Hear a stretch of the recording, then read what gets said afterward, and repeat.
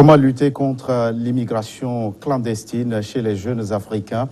Seconde partie de ce numéro de votre émission Invité Afrique avec Paul Amegakpo, expert en gouvernance. Paul Amegakpo, on a le sentiment d'être dans un véritable cycle infernal. Pauvreté, guerre, chômage. Vous avez le sentiment qu'on peut couper le mal à sa racine? Oui, c'est possible de couper le mal à sa racine lorsque on s'attaque au problème à sa racine.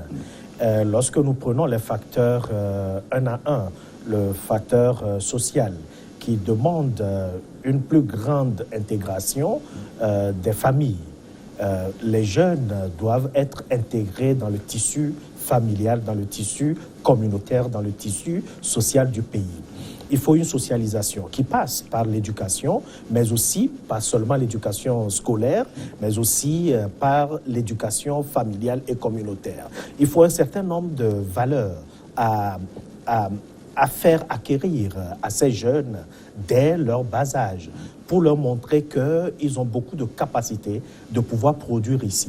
Le problème, c'est que dès la petite enfance, on montre que nous n'avons pas d'opportunité chez nous et que l'opportunité, c'est réellement ailleurs. Et on se prépare déjà mentalement à aller chercher l'opportunité ailleurs. Or, il y a deux types de migration. Il y a la migration choisie, la migration formelle, qui ne met pas les gens en péril.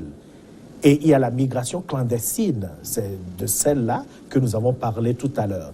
Et la migration choisie se passe comment? C'est à travers la valeur comparative que l'individu a.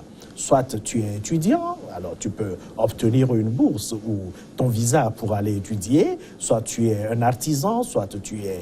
En tout cas, tu produis, tu as une valeur ajoutée que tu peux aller partager. Alors, pour avoir cette valeur-là, il va falloir être capable de faire ses preuves ici, sur place, dans ton pays. Si tu es étudiant, tu dois être un étudiant brillant. Si tu es entrepreneur, tu dois être un entrepreneur capable de produire des choses qui ont de valeur ajoutée. Sur le plan économique, il faudrait que nous offrons le cadre approprié d'entrepreneuriat pour les jeunes.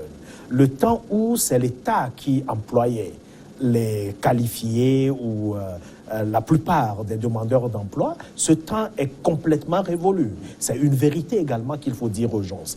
Il faudrait montrer aux populations que l'État n'emploie peut-être pas plus de 5% des personnes qualifiées, pas plus de 5%.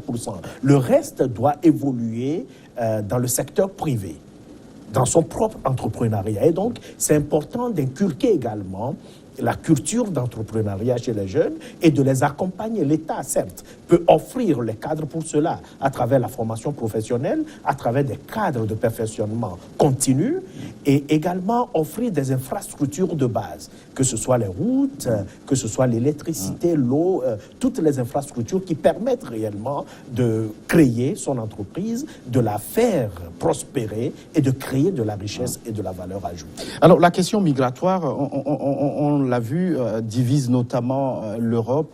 Alors, quel regard vous portez sur la gestion de cette crise migratoire par les dirigeants du vieux continent?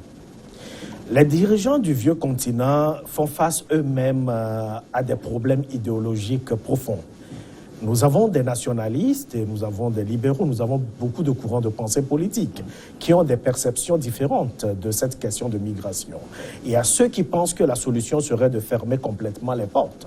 Et ils sont de plus en plus nombreux, ces nationalistes, qui aujourd'hui semblent tirer le vent en poupe en Europe et donc dans l'Union européenne.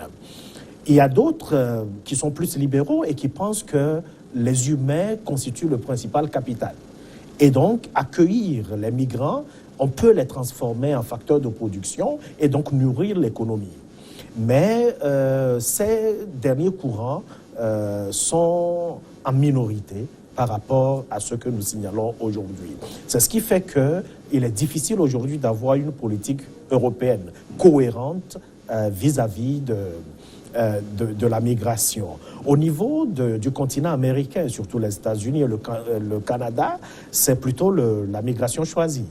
Donc, ils ont des règles strictes, très sélectives, qui accueillent les migrants et qui rejettent d'autres migrants. Et c'est aussi fonction du courant politique qui est en place. Et nous savons aujourd'hui qu'aux États-Unis, par exemple, la règle est beaucoup plus stricte. Alors, la solution doit venir de l'Afrique. Alors, au niveau de la Méditerranée, on voit toutes les difficultés qu'éprouvent les bateaux humanitaires. Est-ce que les luttes politiques se transportent sur la Méditerranée aussi? Oui, ça se joue à la Méditerranée. C'est-à-dire que l'écosystème de ce fléau migratoire se joue à la Méditerranée, où nous avons les humanitaires qui font un travail fort louable, mais qui ne peuvent pas forcer les États, malheureusement. Ils n'ont pas les moyens de pouvoir contraindre les États. Et donc, ils utilisent leurs moyens de bord. Et vous pouvez remarquer que l'Afrique est encore restée muette face à cette question. Parce que si on ne peut pas avancer vers la destination voulue, parce qu'il y a de refus, on peut quand même retourner au bercail. Est-ce que les États africains offrent le cadre et offrent l'opportunité à leurs enfants qui ont de difficultés à pouvoir migrer, à revenir chez eux? Il n'y a aucune politique, malheureusement. Est-ce qu'on peut dire aujourd'hui que l'Europe est débordée? Je ne pense pas. Je ne pense pas que l'Europe soit débordée, parce que beaucoup d'études ont montré que la migration interne, les flux migratoires transnationaux au niveau de l'Afrique sont plus importants que les flux qui vont vers l'Europe. Ça veut dire que le Nigeria, par exemple, accueille plus de ressortissants africains chez eux que la France n'en accueille des ressortissants africains.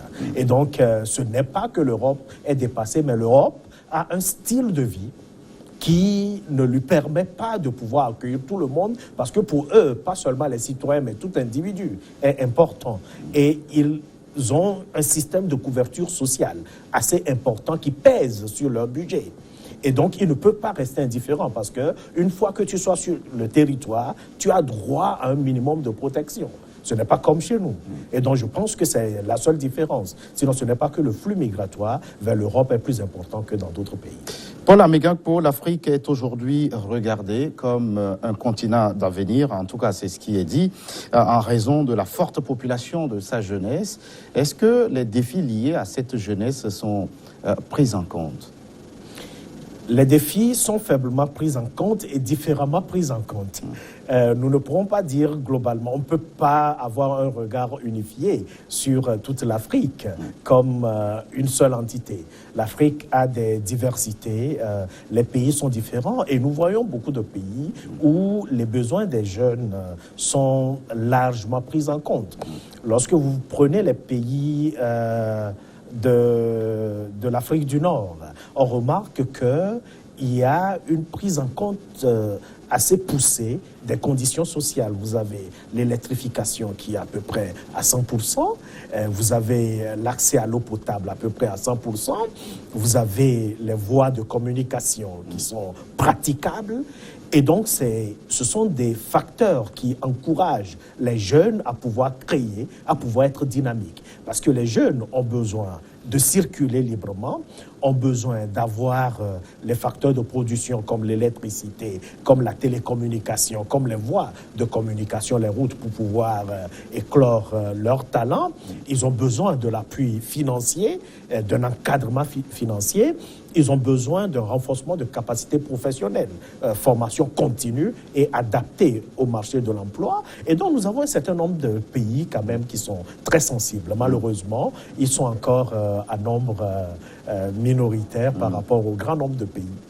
Alors, Paul Amegakpo, face aux difficultés, les jeunes éprouvent, vous l'avez dit, plutôt un sentiment de désenchantement. Quelle est la meilleure formule à la faire regagner confiance en elle-même? Il faudrait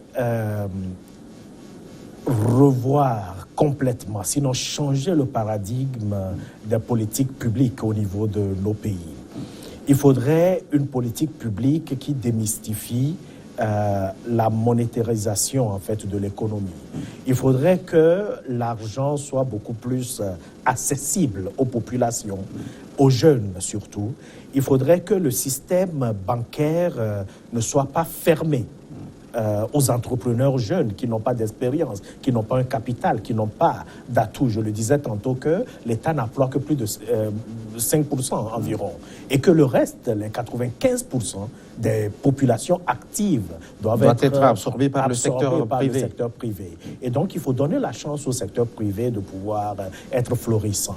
Il faut encourager la consommation interne au niveau de nos marchés. Vous en parlez tout à l'heure. D'ici 2030, la population africaine dépasserait les 1,2 milliard. C'est quand même un marché important. Et donc, il faut encourager la consommation interne au niveau du continent. C'est pourquoi le marché de libre-échange qui a été créé cette année et qui n'est qu'à son début doit être encouragé pour faire en sorte que les produits puissent circuler librement. Quand on fabrique ici, on pourrait vendre en Guinée, on pourrait vendre au Maroc, on pourrait vendre en Afrique du Sud librement, sans contrainte, sans barrière douanière. Et donc, ça permettrait beaucoup plus de mobilité interne et un marché de consommation interne important. Aujourd'hui, c'est devenu comme un credo, l'entrepreneuriat, pour régler la question de l'emploi des jeunes. Vous l'avez dit, les jeunes, pourtant, n'ont pas accès au financement.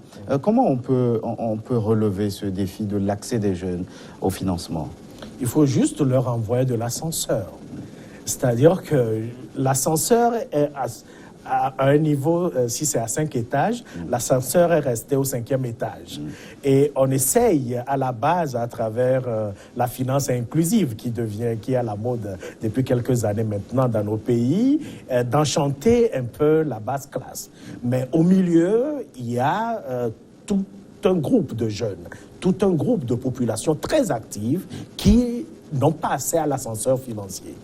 Il faudrait alors descendre l'ascenseur financier à ce niveau-là pour que ces jeunes puissent s'embarquer dans le système financier, avoir accès facilement à des taux très abordables au financement pour pouvoir faire fleurir leur économie, faire développer leur entreprise et créer de la richesse. Si on ne le faisait pas, le problème resterait intact. L'ascenseur est brisé, c'est resté au sommet. Et au sommet, il n'y a qu'un tout petit groupe qui en bénéficie, qui ont beaucoup d'argent, qui n'ont plus d'ingéniosité pour créer des entreprises et qui ne peuvent pas absorber toute la demande du marché de l'emploi et donc c'est grippé. Il faudrait le faire et ça passe par les politiques publiques. Et nous pensons que nos dirigeants en Afrique prendront conscience résolument de ce défi et faire en sorte que le système financier soit démystifié en se basant sur le système financier national, mais aussi le système financier régional et continental, de sorte qu'il y ait un accompagnement résolu des entrepreneurs jeunes. Pour le cas des pays que vous connaissez bien, le vôtre notamment, le Togo, quels sont les secteurs que vous pensez qui peuvent offrir un terreau fertile pour l'entrepreneuriat des jeunes? D'abord, c'est le secteur agroalimentaire. C'est le secteur qui nourrit le monde. Et nous savons très bien que, contrairement à d'autres pays qui n'ont pas accès à des terres arables, nous avons des terres très fertiles dans notre pays qui pourraient produire des gammes diversifiées de produits qui peuvent être transformés sur place et être revendus à d'autres pays du continent. Il faut donc investir dans l'agroalimentaire.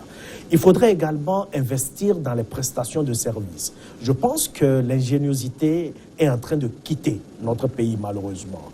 Il faut avoir des jeunes ingénieurs capables de créer et d'offrir des services compétents des gens.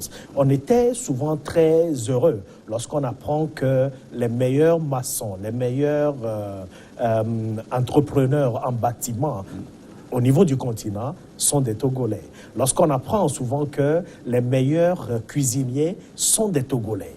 Ça fait une fierté. Alors, quels sont les autres domaines où nous aurons des prestataires de services assez compétents qui feront la différence? Il faudrait alors qu'on en crée. Et je pense qu'il y a beaucoup de créneaux porteurs au niveau du Togo. Il y a des spécialistes, il y a même des départements publics qui s'en occupent. Il faudrait que ces départements redoublent d'efforts pour faire en sorte que toutes les gammes variées de créneaux porteurs soient promus pour que le Made in Togo ou le savoir-faire togolais soit assez valorisé. Paul Amegakpo, parmi les solutions à l'immigration clandestine chez les jeunes, certains évoquent l'accroissement de l'aide publique au développement. Qu'en pensez-vous? Non, je le refute. Pourquoi? L'aide publique, on ne peut jamais aider un pays à se développer.